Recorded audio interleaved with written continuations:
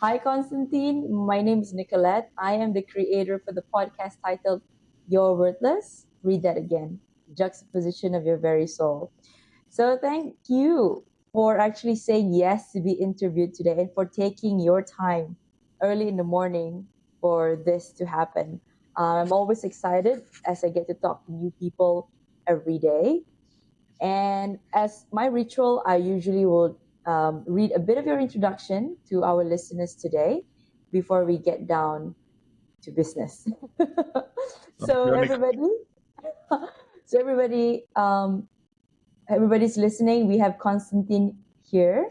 He is a passionate advocate of personal growth, self-discovery, and professional development with over 15 years of experience. Through his journey from a fear-ridden man, hiding his authentic self to embracing vulnerability and authenticity, Constantine demonstrates that self-discovery can unlock the keys to personal and professional success. Integrating his passion for technology, spirituality, and mentorship, Constantine helps individuals unlock their full potential, fostering a positive impact on the world around them. So, wow, Constantine, great to have you on board. So excited. Thank you so much, Nicola, for having me here. It's such a pleasure to sit with you and have a beautiful conversation. Thank you. So, before we dive deep into the questions that I have and just sharing our stories, can you take us down memory lane? What was it like growing up as Constantine Morun? And you pronounce my name so well there. Thank you for that. It's usually hard for people to pronounce my last name. Oh, did I And pronounce correctly? yeah, you did. Thank you so much. Yeah, the memory lane. I mean, I actually so Constantine is my middle name. My first name is Oh, Bogdan, which is an even harder. oh, Right? So I figured, you know what, I'll go by Constantine these days. But I grew up as Bogdan in Eastern Europe, in Romania. And during the time where I grew up, there was a communist regime in the country until about when I was about 7 years old, when there was a revolution, and then democracy came in, right? And there was a time of a lot of scarcity and fear and anything really negative. So that had an imprint in my life early on as a child, because you see, what I've got to learn over my past few years' journey is that whatever happens to us or for us between the ages of 0 and 7 has a massive, massive impact on our life for the rest of our life. yeah, that's true. Yeah. So wow, okay, well we dove right in. Okay, Yeah, I so I'm gonna repurpose some of your questions on your of profile course. because I think these are excellent questions. So right, I guess we're gonna expand on that. How has your experience growing up in Eastern Europe during the communist era shaped your perspective on personal growth, resilience, and overcoming challenges? Yeah, I love that question because I had to sit with that quite a bit myself to understand how I really grew up. Because you see, if we don't look at our past, if we don't look at everything that we've done in our life, it's very hard for us to have a clear path forward and understand our limitations, understand our limiting beliefs, understand where we hold ourselves back. So in that retrospection, let's say introspection, looking backwards, what I have realized is that because I grew up in an environment ridden by fear and scarcity, that meant that there were certain, let's call them rules, that your caretakers, your teachers, everyone in society would place upon you to fit into the box, whatever box they were creating.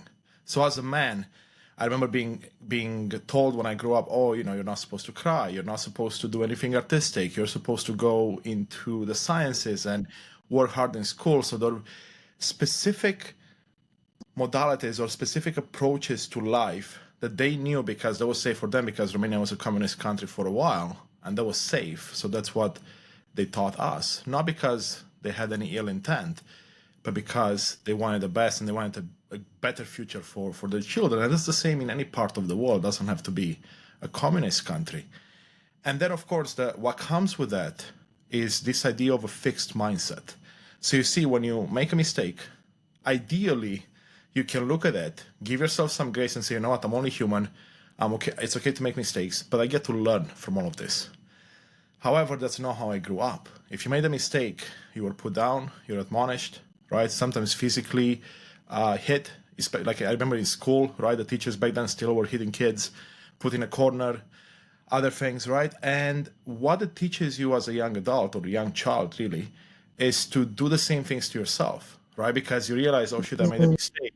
Now I'm gonna imagine everything that's gonna happen to me, so I'm gonna beat myself up. And you don't even realize it as you grow older that you're doing that to yourself, that you're talking to yourself like you wouldn't talk to anyone else in your life. So that was a big part of how I grew up, the fixed mindset, those limiting beliefs, because of the society I grew up in. Okay, what was the pivotal moment that you said that you thought to yourself, enough is enough? Do you have Oh, that moment? I had many of those moments, to be honest with you. So you see, Okay. when I was about 17, so back in 2000, is when my parents made a decision to move to Canada to give me and my brother a chance at a better life. So we immigrated here, and then of course the culture shock was massive for me. Everyone left everything behind, like friends and family and whatnot. So it was a bit of a reset. And then I got to meet people from many different cultures, every part of the world, which was beautiful to see because now all of a sudden I was getting new perspectives on life and I was being challenged in my Mm. thoughts. And I was a, A plus student most of my life, and I was the same in Overachiever, would you say? exactly. Well, I was an overachiever, a high performer, or top performer, because that was instilled in me by my family. My parents are both engineers. My father has a PhD, university professor. So they instilled in me that, you need to go to school, you need to study hard. But guess this, Nicolette, I never really liked being in school and following a predefined The uh, norm. curriculum. The Exactly. earth. I was Yeah, challenging, yeah. but that's all I knew, right? So I did what I was told and what I knew. But it wasn't until about university time when I started to realize, wait a second, I can actually challenge this and I can actually have my own opinions and I can actually look at things I'm doing and say, you know what, that's not necessarily correct. That doesn't sit right with my heart and I can make changes. But at first it was very, I would say, a gradual process, but also a very slow process because perhaps I didn't have the right mentors. I wasn't listening to the right mentors, you name it. And it wasn't until I got to my mid 20s, I would say, that I started to change certain things and realized that I wanted to go towards a growth mindset, towards a life with less limiting beliefs. And now I'm 40, and it's only been in the last, I'll say, six and a half years that my journey kind of went parabolic in a way because it finally clicked in, right? Finding my why or my purpose, following my heart, conquering these limiting beliefs, really embracing a growth mindset. And, there's a few more things that we can name in there. Wow. Um, I resonate with that so much.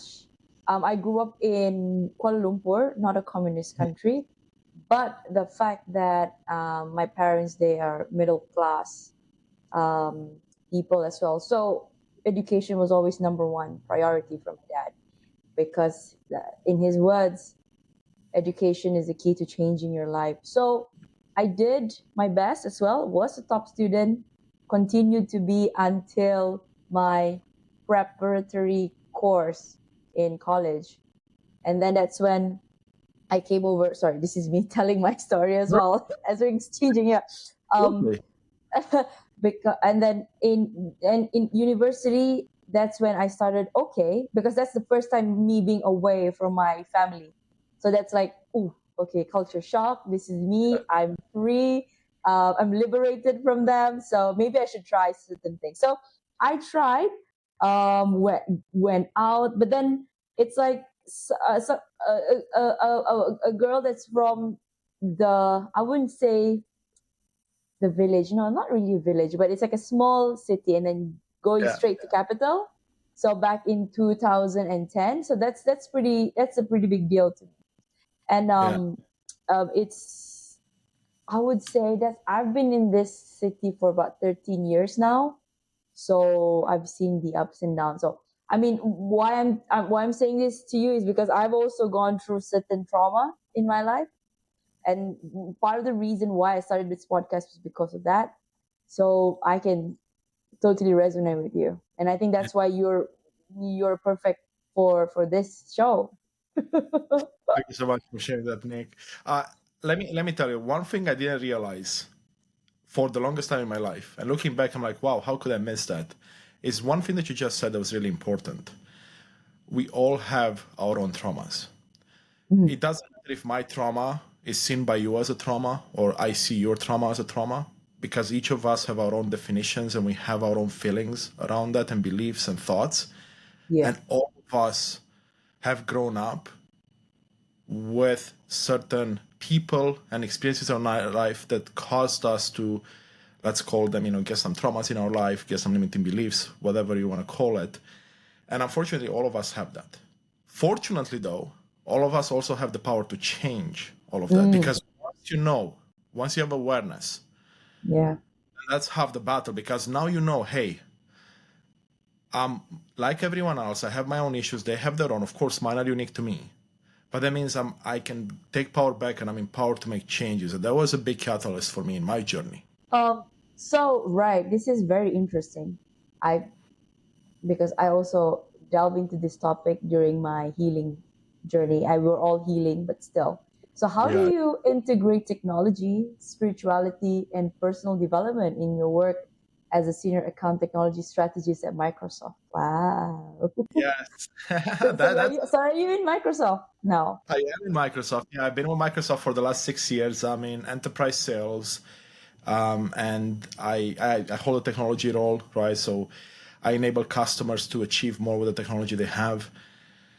And that's been an amazing journey, because really that's when I joined Microsoft is when my personal development really took that parabolic curve I told you about. And personal development is also professional development. And I'll tell you why. Because I came from a much smaller company where I started with them when they were a startup, and then they grew big. And that was beautiful because I had a journey with them and I was growing alongside them. Now, because I was in that role and I was a senior leader in that company at one point, it allowed me to, how should I put this, to feel in my ego that I'm, in a really good spot. I'm really good. I don't need to put too much effort to be at the top of my game, even though I Right. was putting the effort. Now I joined Microsoft, and if anyone in the audience knows about Microsoft or Google or Amazon, all the big companies, it's hard to get into the company because Yeah. everyone wants to join a company like that, or most people at least, which means that there's always a high competition. So when you join in, everyone is a top performer, everyone is a high achiever, which means that now you have to do more to stay on top of your game and rise to the top, right? Yeah. Because you're fighting in a pool of people that are much, much more competitive, much more invested, right? It's not like just 9 to 5, they work a lot harder. So that gave me the ambition, let's say, to pursue more personal and professional development. But for the first few years, it was all external, meaning I would read books, talk to mentors and coaches, podcasts, videos, without really looking inwards. And you mentioned spirituality and self-discovery in that, Oh, you touch a very good point. Yes, we're right? going. Yeah, this is my topic right now. Yes.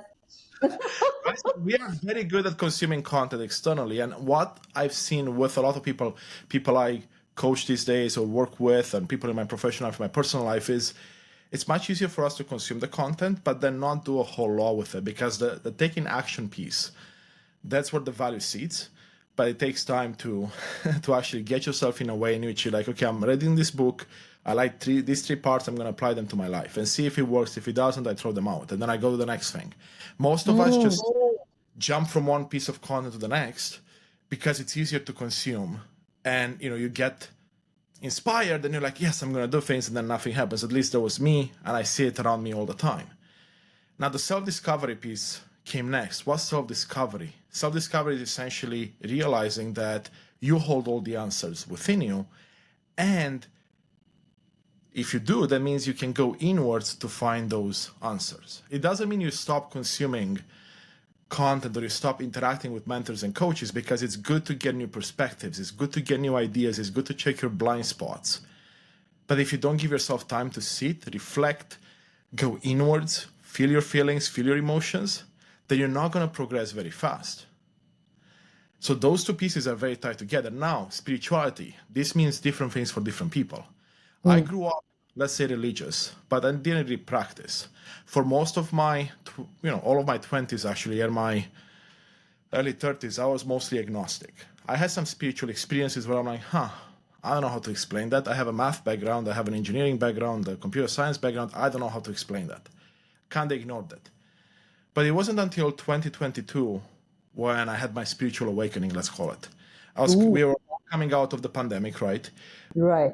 But because I worked for Microsoft and I worked in a role that was all about enabling people to work from home and to work remotely, I worked 12-hour days for like 2 years to enable. And that was very rewarding because now there were people that were stressed about their lives, about their jobs, and not being able to go to the office, but they got to work from home because of the technology. I was able to help them enable. It was very rewarding, but I got burned out, right? There was a lot of depression coming out of that. And I went to this retreat in Ecuador Mm. in early 2022, and that essentially transformed my life. And again, I'm not spiritual. I'm someone that's never been drunk. I drink occasionally, but I don't have a reason to drink too much. Never done drugs. Yet I'm here in the Amazonian jungle, 10,000 feet up, in a beautiful mountain, in a retreat that's just fabulous, with people I don't know, but later on will become some of my best friends.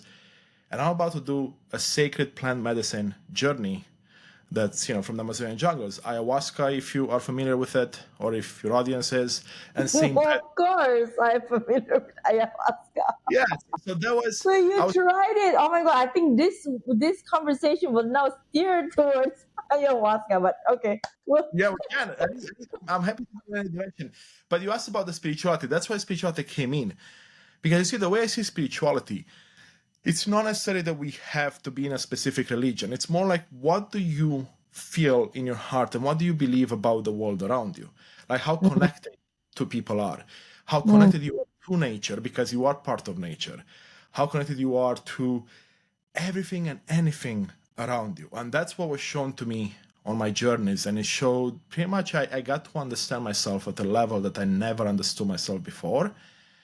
And that's really what kickstarted the next part of my journey, which if that was parabolic up to the point, it then became logarithmic. So it got really accelerated with mm, and I should add this really quick before I pass it back to you.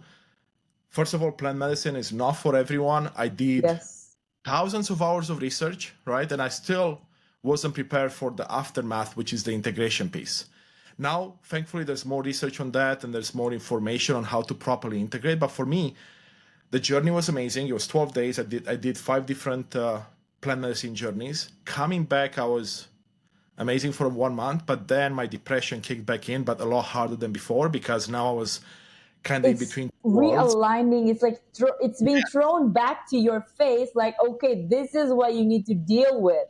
This is what Exactly. you have been suppressing. Exactly. Oh, I went, basically, to add this, I went into a deep, deep depression for most of 2022. I pulled myself out of it. I'm here in front of you right now. I have, no signs of death, and we can talk about that. But I wanted to make sure that we covered that piece because I thought initially, wow, this plant medicine is for everyone. It's not. ha. Although I'm so compelled to ask, like, what Uh, made you? What? Okay, can you share with us why do you say so? why it's not for everyone? Yes. Yes. I kind of So, have an inkling of what you're going to say, but let's hear it from the person who actually tried ayahuasca himself. I mean, let's look at it from anything else in life, right? Nothing is for everyone, meaning that we are all unique, beautiful souls. We, like you mentioned, we have our own traumas, we have our own challenges in life, we have our own paths. And if plant medicine worked for me, it may not necessarily work for you. You may not be suited for it given the trauma you have, the type of medication you're on, the type of journeys you want to be on. Because you see, a plant medicine journey like that requires you to be pretty strict with your diet, with your intentions, with what you go into it with. And some people, from what I've seen, so I was on the journey with about 30 people over 12 weeks. Some got amazing, amazing transformations. I was somewhere in the middle where most of the people were, and then some people didn't get much out of it. And those people that didn't get much out of it were people that were very closed off, people that were very set in their expectations as to what they want to get back, as opposed to just allowing the medicine to work, allowing the universe to bring things in. And also, there were people that had other, let's say, journeys to do before they could do the plant medicine, right? So that's why I say, I mean, that's the reason. And of course, there's the medical side of it that I mentioned, right? Because there are certain contraindications, like if you're on special medications, you either have to come off of them or not do it at all. Because I have also read some articles about it. It's like, who, it's not like the normal LSD or whatever drugs that you have outside. It is something else. And I had a guest too that she also did it, and like you said, it wasn't for everybody, because it's like there should be, you should be called to do it. There is a reason for you to actually, yeah, there's a calling for you to do it, and it's not like, oh, okay, I feel like I want to do ayahuasca. Like, it doesn't work like that. Well, the calling, that was for me because, I mean, I mentioned I hadn't done drugs or anything like that before. I hadn't been even drunk, right? So for me, I've been sober all my life. So to give up control to this, Yes, the control part. Yes, control. that was scary. But what I pride myself in, I mean, there's many things, but one of them is the fact that I always try to have an open mind. So I go into anything like, I have an open mind, I'll try this and see how it is. And have my own discernment. Is this for me or is it not? Anyway, so I had a calling for ayahuasca because otherwise, why would I go do it? And I had a calling for actually since 2021, to be honest, but then the borders were still closed. There was no way for me to travel. So that kind of got put on the back burner, so to speak. And then by 2022, it got really big. In fact, I actually booked my journey and my trips in like 2021, right? So like 6 months before, I knew I wanted to do this. Everything was booked. And I went in April of 2022.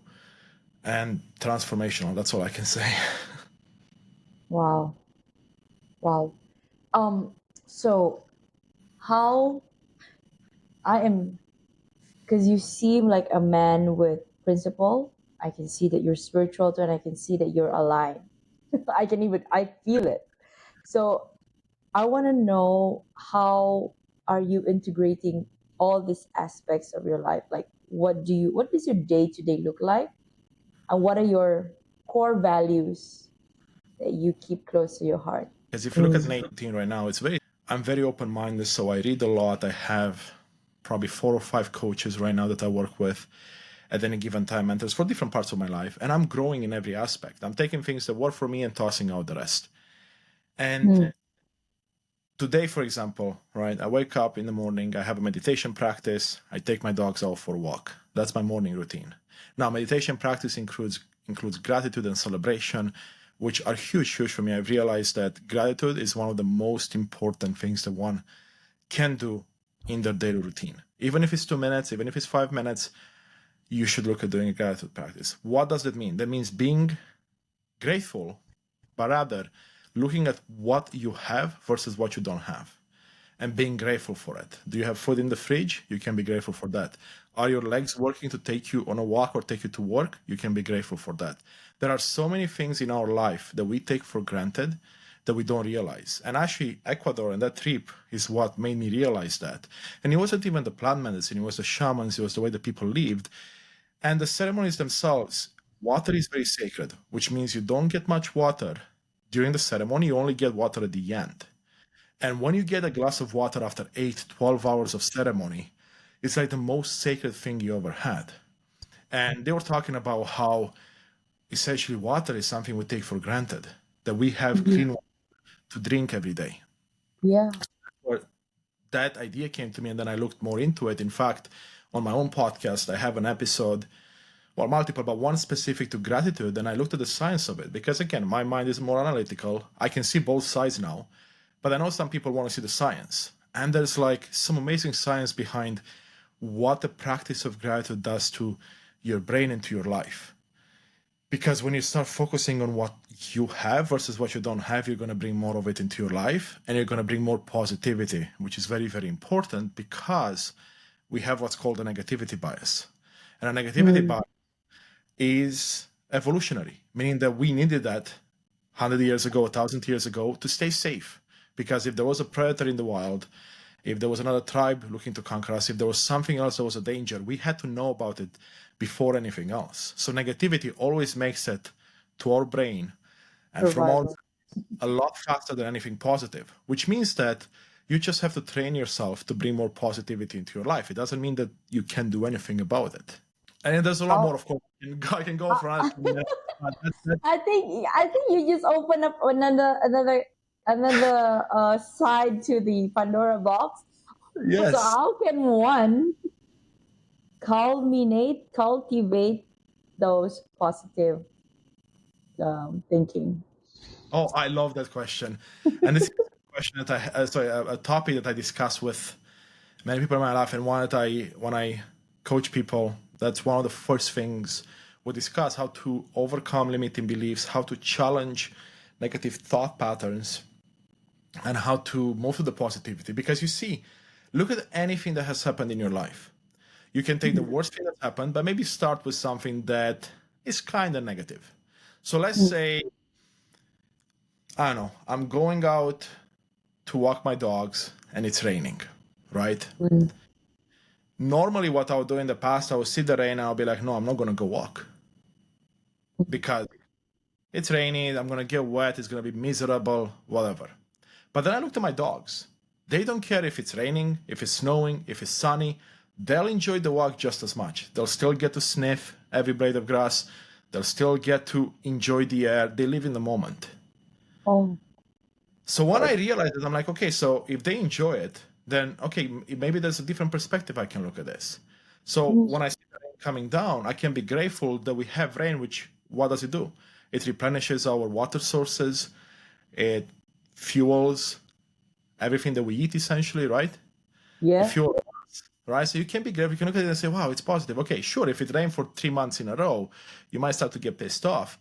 But there are still positives in every situation that you encounter. The question is, what's your perspective? Look at anything in your life. You can always see the positive or you can see the negative. Wow. You just, I mean, I've always had that in the back of my head, like, but I cannot help sometimes but to succumb to this type of feeling as well. Like, okay, I decide to run today, but then it's drizzling. Oh, I don't want to go out. But then when you said it doesn't, it's not like it's pouring that hard. I have a cap. I can still run, and I should be devoted because I have my goals that I want to achieve at least 15 minutes of running every day, regardless. Yeah. You touched on two things there, right?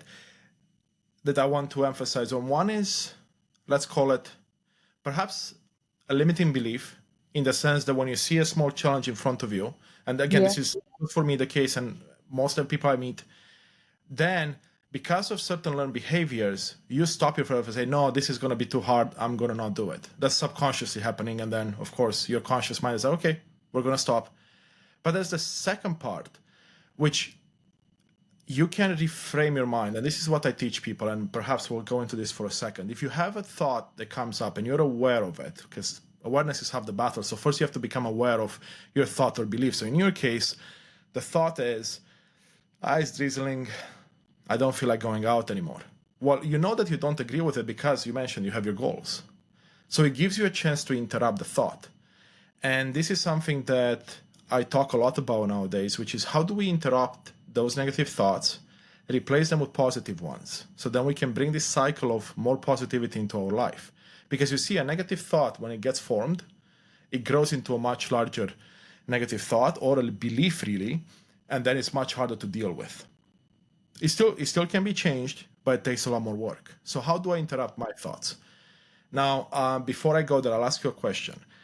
Nicolette, has it ever happened to you when, let's say, you're doing something on the computer or reading a book or something, and you remember, hey, you know what, I need to go to the kitchen to do A, B, and C. And you're like, I need to go there. So you stand up, you go to the kitchen, and when you get there, you're like, why did I come there? What did I come here for? Does that happen to you? Yeah. It happens to every human being. And guess what? That's a physiological aspect of humans that's in there for our benefit. Now, what happens in the moment? You get up, you Mm-hmm. interrupt whatever you're thinking because Yeah. you need something physical. Your thoughts stop for a second or half a second, a millisecond. And what happened is a vacuum got created called a scotoma in psychology, and that vacuum had to be filled in by something else. So another Right. thought came in, so you forgot about why you went to where you went to begin with. Now, if that's done automatic, because you didn't realize that you were doing that, right? It was done automatic. That means we can also harness its power for our own growth. So what that means is that if you have a negative thought come up, you can pull yourself out of it by doing something physical, like literally physically getting up from your chair and walking away. So that's the first step, because now you've interrupted the pattern, the thought. And the next thing I do, this is very important. I literally take a deep breath in, put a big smile on my face, like you see me have right now. And for those listening, like you can probably feel my smile, like put a big smile on my face. And important, I celebrate. So I pump my chest. You can do it any way you want and say, yes, Constantine, we caught, but what are you celebrating? That you caught the negative thought, nothing else. You're celebrating the fact that, you know what, I became aware. And what does that do when you put a smile on your face? Couple of things. One, if you have a smile on your face, you cannot be sad at the same time. Sure, you can be sad later on, but right now you're going to be feeling better in the moment, and that releases good feel hormones from your brain, like dopamine, for example, serotonin. All those hormones get released, and your brain is going to go like, I feel good. What happened? I want to do more of it. And literally your brain will trace back and say, oh, okay, so we interrupted the pattern. We celebrated, we felt good. So now you're building a cycle. And now you have that vacuum to replace it with the thought you want. So the thought would be, in your case, is like the thought that you're replacing is, it's raining, I don't feel like going out. Interrupt, celebrate. And the thought you want to put in is, I get to run every day. Isn't that something? I get to do this. Or nothing stands in my way. No rain, no snow, no cloudiness, no traffic, nothing. Whatever mantra you want to put in that you believe in, right? It's not some make-believe statement. It's something that's true. And what you're doing there is replacing a negative thought with a positive thought with a small process. And then guess what you're going to do? The more you do that, the more you rewire your brain to think in the positive. And what's going to happen? This is the beautiful part where I am right now, which I didn't believe was possible. I am writing it down. I did an entire podcast video on that, and it's going on live tomorrow, actually. So I'll send you the link if you want. Okay, perfect. Well, you should. And actually, I love that you said you're going to write it down. And this is a tip I want to give to everyone out there. It's one I made a mistake with in the past. When you're listening to a conversation like this, right, you might absorb about 5%. This is by science. This is proven by science. 5-10% of what people discuss. Yes. If you start writing down things, and I'm talking not on the computer, but take a piece of paper and a pen and start writing down, that goes up to like 60%. That's right. Or take. And if conversations happen to be engaging, where you can, the speakers engage with you, you can go up to like 90%. But at least the writing is important, because my mentor says what you write, you invite. So you write the things you want to invite into your life, that you want to bring into your life. Right? Wow. I have so many things that I want to apply already after this, after our call. Because I have been, to be honest, I've been struggling with one project at work. And I was like, every time I think about it, it's like, it's not that difficult, but it's just, I think the pattern that I've already it's sort of ingrained that if I were to do this, the outcome would be the same, meaning I don't get buy-in from my management. So the more you try, you feel like, what's the point? It's going to get turned down anyway. But I believe in it. But it's like, it's the challenge. It's like a big rock in front of me. Like, how do... Another conversation that we can jump in. Yeah, I know. That's really what I help people with, because one of the things I realized, I work for Microsoft, I do the podcast, but recently I've started taking on people for coaching, because people have been like, wow, you've been through a transformational journey. I want to learn from you. And that's kind of this idea came up for me. It's like, okay, well, maybe I can take what I've done and help other people rewire their brains, overcome anxiety, depression, burnout, procrastination, hesitation, all those things that challenge us. And that's really what I'm focusing right now, because I've taken on some people as pilot clients and I'm seeing amazing results. And it's because of simple procedures like this that are often overlooked. And to your point, like if you look at your project, right, and you're looking at the outcome already, and you have, I would say, Mm, fixed mindset, meaning that you already expect it to go a certain way, then how mm, can it go any other way? Because subconsciously, what's going to happen? You're thinking that this your manager is not going to approve it. So subconsciously, you're going to feed information that supports that, which means you're not going to be as invested in doing it. You're going to procrastinate, like you mentioned. You're going to essentially not put in all the work you would otherwise. However, if you went in with the belief that perhaps you're open to any outcomes, whatever happens, happens, but you do your best, then your subconscious mind will feed different information to your brain. You will do your best because the outcome is outside of your hands. Like you can't control what your manager does, but you can control what you do. And if you believe in something, then you can go all out. And if they don't see the value in it, have you not gotten something positive out of it? I can guarantee you've learned something. I can guarantee you challenged yourself, so you grew. And there's so many other positives you can probably take out of the specific project you're in. wow, that this became a mini coaching session. I love it. So, Constantine, walk me through maybe 5 minutes of how you started your coaching program. Like, did you come up with, okay, so you found out that you're good at this, people are actually coming up to you. Did you actually prepare like a course, like a structure for them to Yes. go through? And then, Yes. yeah. No, I love the question. So let's actually backtrack. All my life, I've been someone that once I learn something, I cannot wait to share with others and help them get ahead and get further faster.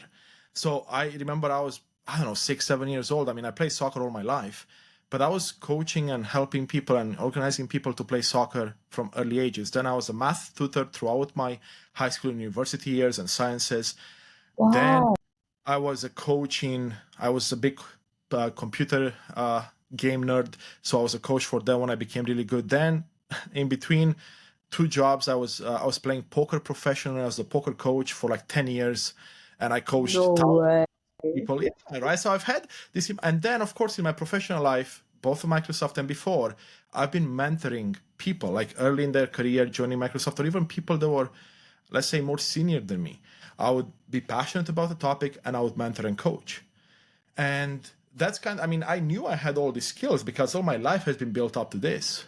It wasn't until some people in my life challenged me and say, hey, you are progressing really fast. You are changing really fast. You are learning a lot of things. Why not help others do the same thing? And that's when the Mm, light went off. I'm like, oh yeah, I should. So what I did is I started with some people that I mentored in my professional life and then in my personal life, right? And I started to run them through a course that I built up, or rather, I should say, a program, which is 10 to 14 weeks, depending on the person. And I call it right now the purpose to action, meaning that the goal of the program is to begin the rebooting and rewiring process of your brain, like we talked. But also, the big part is to help you uncover your purpose, your why, your mission in life, and start doing an inventory of where you are with it and implement more of it into your life. Because for those watching, you can see a sign up there that says follow your heart. The only reason I'm sitting in front of you here right now, Nicolette, is because I'm following my heart. And when I look back at my journey, the biggest catalyst for me was finding my why, was finding my purpose, was essentially realizing what it is in my heart that I want to do and do more of it. wow. Wow. I am impressed, Constantine. Like Right. you are one of my role models now. Like this is where I intend to be, but making it being as authentic as I am, but taking what's good from people like yourself and integrating into what I bring to the table. Exactly. I love that, Nicola. And that's how it should be for everyone. Take what works for you, take what resonates with you, toss out the rest. You don't have to agree 100% with someone, but it doesn't mean you can't take some lesson from them. Because everyone has had their unique journeys, everyone has something to teach us. Even those people we despise, they have Yes, something to teach us yes. about ourselves and about the world. And authenticity is something I was not good at because I had all these personas and I always had a fear of rejection, which is really a fear of fitting in, of not fitting in, rather, fear of acceptance. And that meant I had different personalities. I would show up differently to try to please people so I can fit into a group. And when I became vulnerable or became authentic, that's when I can connect with people on a much deeper level, like you and I are doing right now. And I'm doing with pretty much most people in my life. I can say we are on the right path right now. Okay. Wow. Okay. I think we spoke about that. Okay. So we also touched about this, but I think it's good to have a segment on this personally to for the listeners. So, in your opinion, what role does mentorship play in personal and professional development, and how can one find the right mentors to support Yeah, their journey? I love the question, Nicolette. I'll be honest. Earlier in my life, at certain parts, my ego was getting the best of me. And because I've been successful in my career, successful in my life, really, quote unquote, have the American dream, I thought, why do I need mentors? Why do I need coaches? I mean, I always Oh had them, yeah, but that's why true. go out of my way to go have someone? And of They course, don't know me. What do they know, right?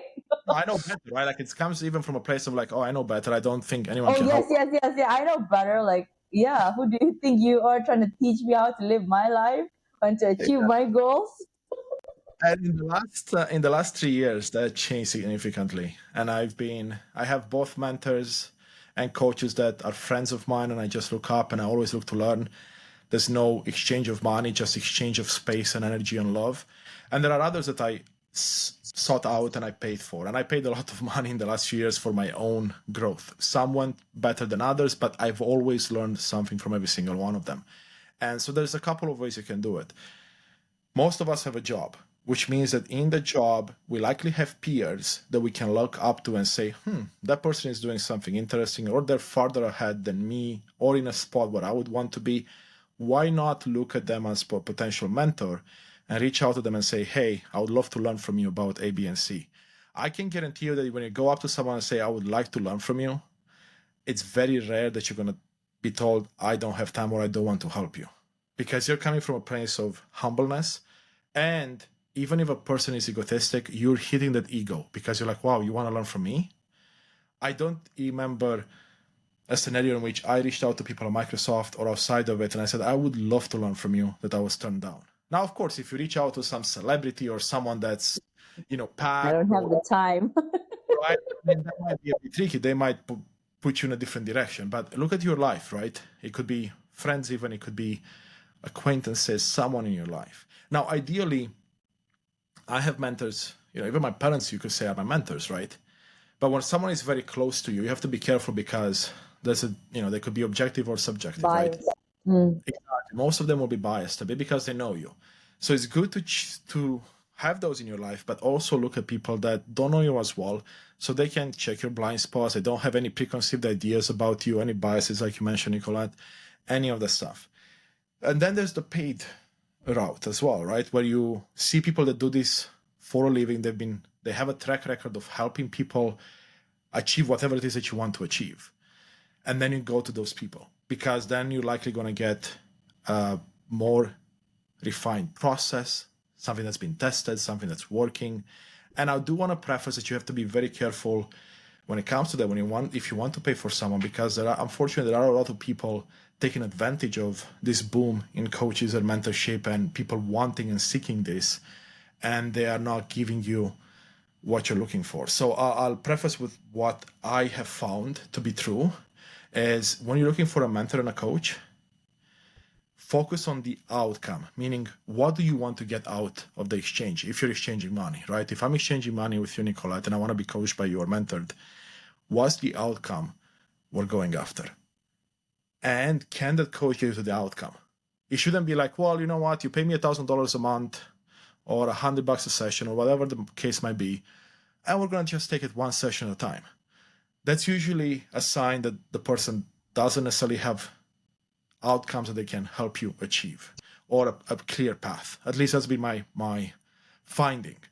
So the coaches I've taken, there was always a clear outcome and a somewhat clear process, because you want to leave flexibility in there, right? You want to allow for what comes up. So for example, if you came to work with me, that 10 to 14 week program, that's why it's not fixed in time, because for some people it might take 8 weeks, 10 weeks.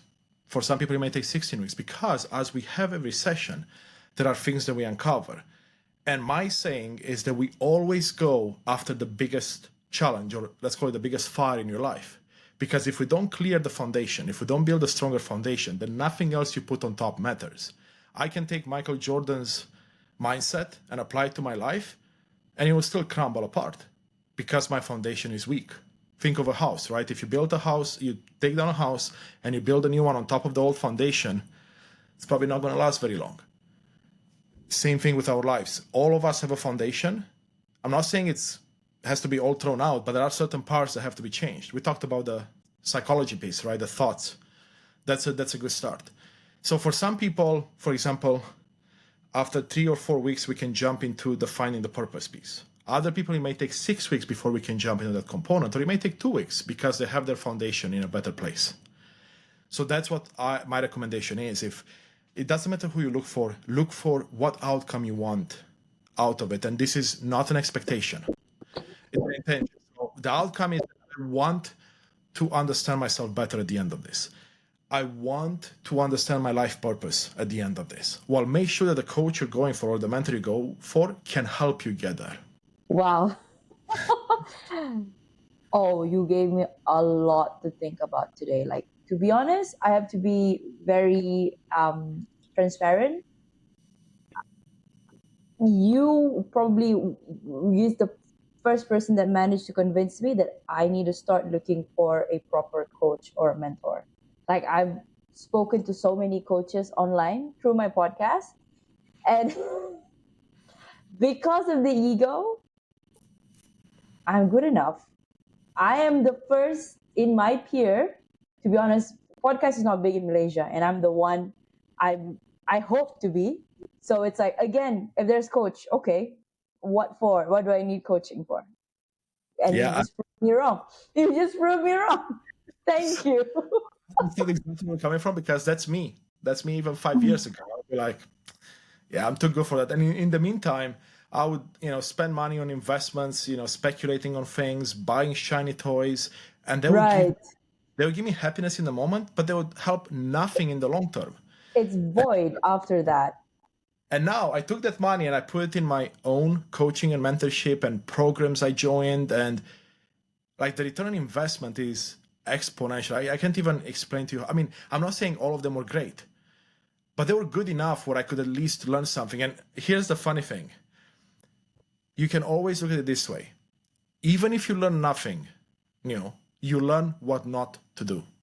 And even that's valuable enough, right? Now, of course, obviously, you ideally don't want to spend a bunch of money and realize, yeah, I shouldn't be doing that. However, you can always look at the positive side. I've always believed in trial and error.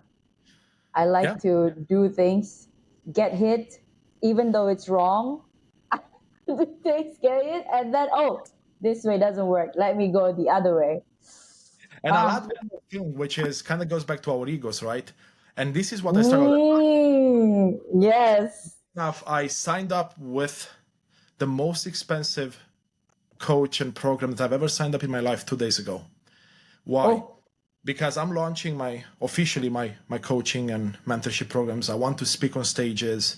I'm going to have group coachings, all these beautiful things, right? And I know that I can do it myself. I know I can, because I believe in myself. Nowadays, I know that I can do anything I want. But don't I want to do it a bit faster? Don't I want to have someone in my corner that has done it? Has already done it? Yes.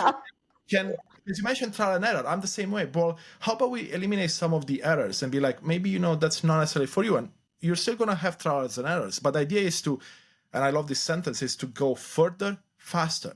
It's not to just jump from A to B, so from the start to the finish line. It's just to, instead of taking 2 years to get to where you want to go, it might take you 6 months. And what is that worth to us in a life where time is the only resource we cannot get more of? Money can always get more of. Yes. Thank you, Constantin. You sprouted another idea. Thank you very much. Okay, One, two, three, four, five more questions, and then we can wrap this up. So I'm gonna pivot to a self-worth Okay. question because that's the essence of my podcast. And I think this we answered this already. So, whew, how do childhood experiences and upbringing impact an individual's sense of self-worth and their ability to engage in self-discovery later in life? Oh, that's a deep question and one that hits very close to home. So you see, I grew up and lived most of my adult life thinking I had a good childhood, thinking I had a trauma-free childhood, and for the most part I did. However, I didn't realize that for the first 7 years of my life, when I was raised by my grandparents, my caretakers, my grandmother, while a sweet, sweet lady, lots of love in her heart, she had her own trauma and she had a lot of, unfortunately, let's call them negative patterns that got imprinted on me, being put down, not allowed to do things I wanted to do, meaning activities like drawing and painting and things that I wanted to do, but I was a boy, not being allowed to be a child, right? And of course, as you grow up, and it doesn't have to be just your caretakers, it could be your teachers, it could be anyone in your life. There's an event that happens and that gets imprinted into you, and that essentially becomes a mini trauma or a large trauma, and that gets to come up all the time in your life. So you may realize that you have certain situations where someone triggers you, and then you react and you don't know where that came from because it's not you. Well, that's one, I would call it a wounded inner child that's within your emotional field. And until you do the self-discovery and go in and clear that, and the way I've done it myself is I've met this amazing hypnotherapist on my show, and then I've been working with her for 8 months, and I cannot tell you how much we've been able to uncover over the Is this sessions. from London? No, no. So her name is Amy. Yeah. She's on my podcast early on. I had an episode with her, and I didn't know what hypnotherapists were for the longest time. I didn't care much about them, and then I got curious, and I said I'll try a session, and I'll tell you, it was almost as powerful as plant medicine, because I got visuals, the emotions released. I mean, I cried a lot in every session. I have no shame in admitting that. I mean, there's a lot of feeling your emotions, and I would heal parts of me, and it's almost like a weight was lifted. I mean, I remember an example, and this will blow your mind. I had my first session of hypnotherapy. Now, when you go into plant medicine, when you go into any type of therapy, you should set intentions. So, like, what do you want out of this? Not expectation, what I expect to get out of it, but what I want to set my intentions on.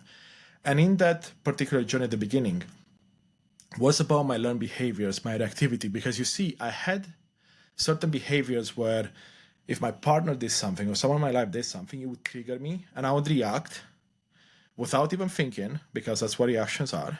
And then I would realize later, I should have not done that. But it's too late, right? You've done the damage, you've done the reaction. And it took, over 2 years, I let's say I improved about 20% in that area. I was going very slow.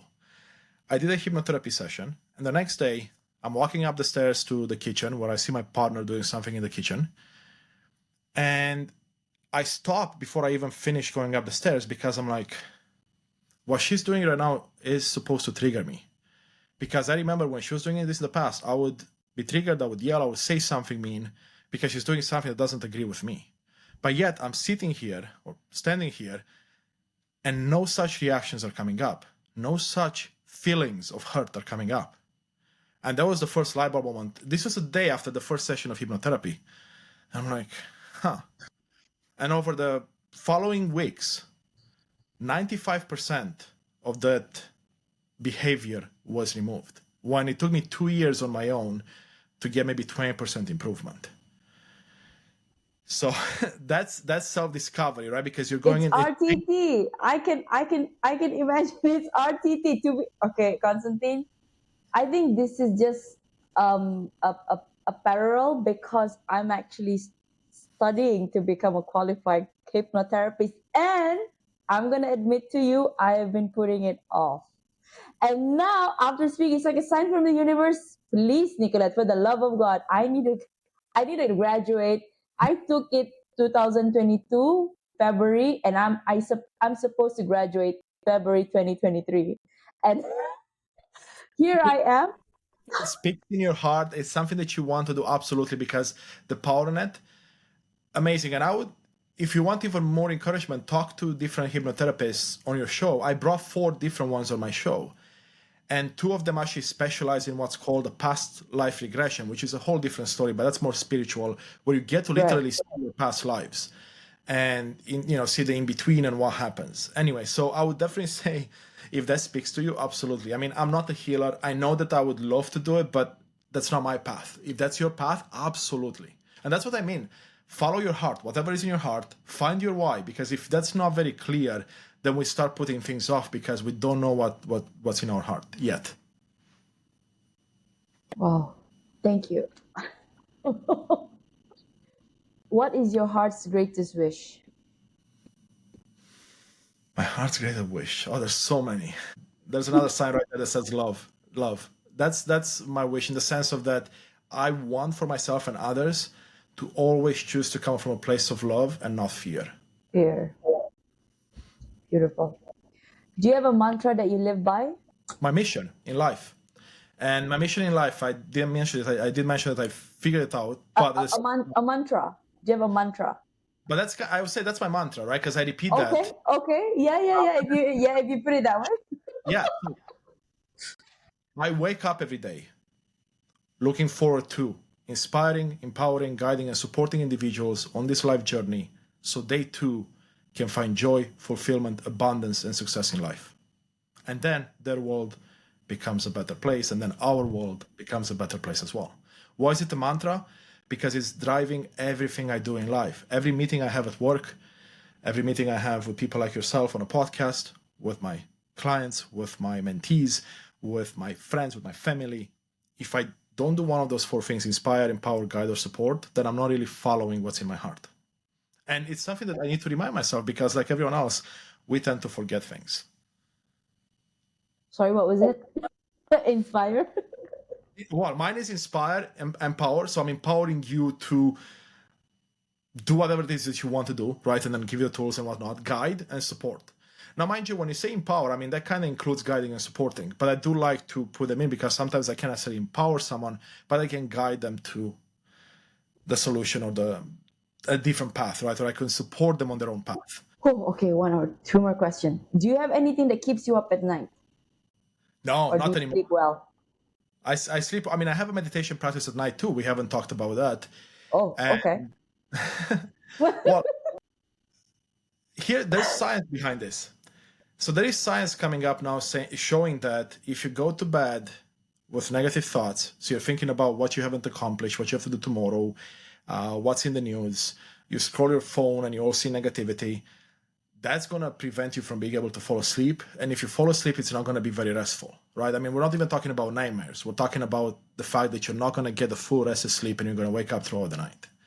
So that means if that's true, the opposite is true as well. And there's research for that as well, which is if you put yourself in a state of mind, of gratitude, celebration, meditation, where you slow down your brain, where you are just in a positivity state, how could you not have a good sleep? I can't. Okay, last question, Constantine. Bo, right? You said Bo. That's it. That's what I go by at work, but Constantine is what I go by in most of my life nowadays. Okay. If you could create a quote right now for you to leave to the audience listening and the world as your legacy, what would it be? A few come to mind. So I'll put one that I came up with for my podcast. I'm not sure if it's mine or not, if it's whatever. But it's for the episode that's coming out tomorrow, so I figured that it resonates now with what we talked about. And it goes something like this. Mindset gets the glory, but psychology holds the story. And psychology is your thoughts about yourself, about people around you, and about the world at large. So if you don't take care of your thoughts, your beliefs about yourself, your beliefs about the people around you in your life, and about the world, then your mindset won't matter. I can have the best mindset in the world. I can have the best coach giving me the best mindset approach. It won't matter because psychology is the foundation we talked about earlier. Perfect. What a way to end our conversation. Mindset sets the glory. Let me recap that. Psychology holds. That's the glory, right? Because usually people say, "Oh, mindset gets the glory." Yes. psychology holds the story, meaning that the real story of your life is in your thoughts, your beliefs about yourself, others, and the world at large. Oh, thank you so much, Constantine. Your podcast is Know Thyself. Was it? Is Unleash it thyself. Unleash thyself. Unleash Thyself? Okay, It's not about I will unleashing the be.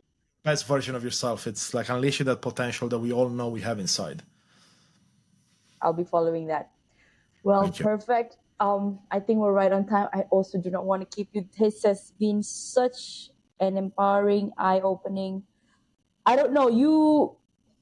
Yes, you unlock certain parts where I held myself back. I think few months ago, and I think I needed clarity. I was asking from the universe, please, and thank you, Such thank a you. pleasure to sit here with you, Nicola. Thank you for your energy and your presence and your questions. It was such a beautiful time to be here with you today and share energy. Thank you so much. I just want to ask, do you have an Instagram? Because when this airs, I will be clipping and I'll be tagging you. Yes. So there's one for my podcast, which is Unleash Thyself Today. And then I have one for myself that I'm launching right now. It's Constantin Morun. But I can send those to you on Podmatch as well. Yeah, So yeah, fine. that'd be great. Yeah. Thank you so much. You have a great rest of the day, Thank you so Constantine. much. I will for sure. You as well. Speak to you again. Speak to you again. Yeah, we'll Please speak stay in touch. soon. Take care, Nicola. Okay. Bye Bye. bye. Have a good one.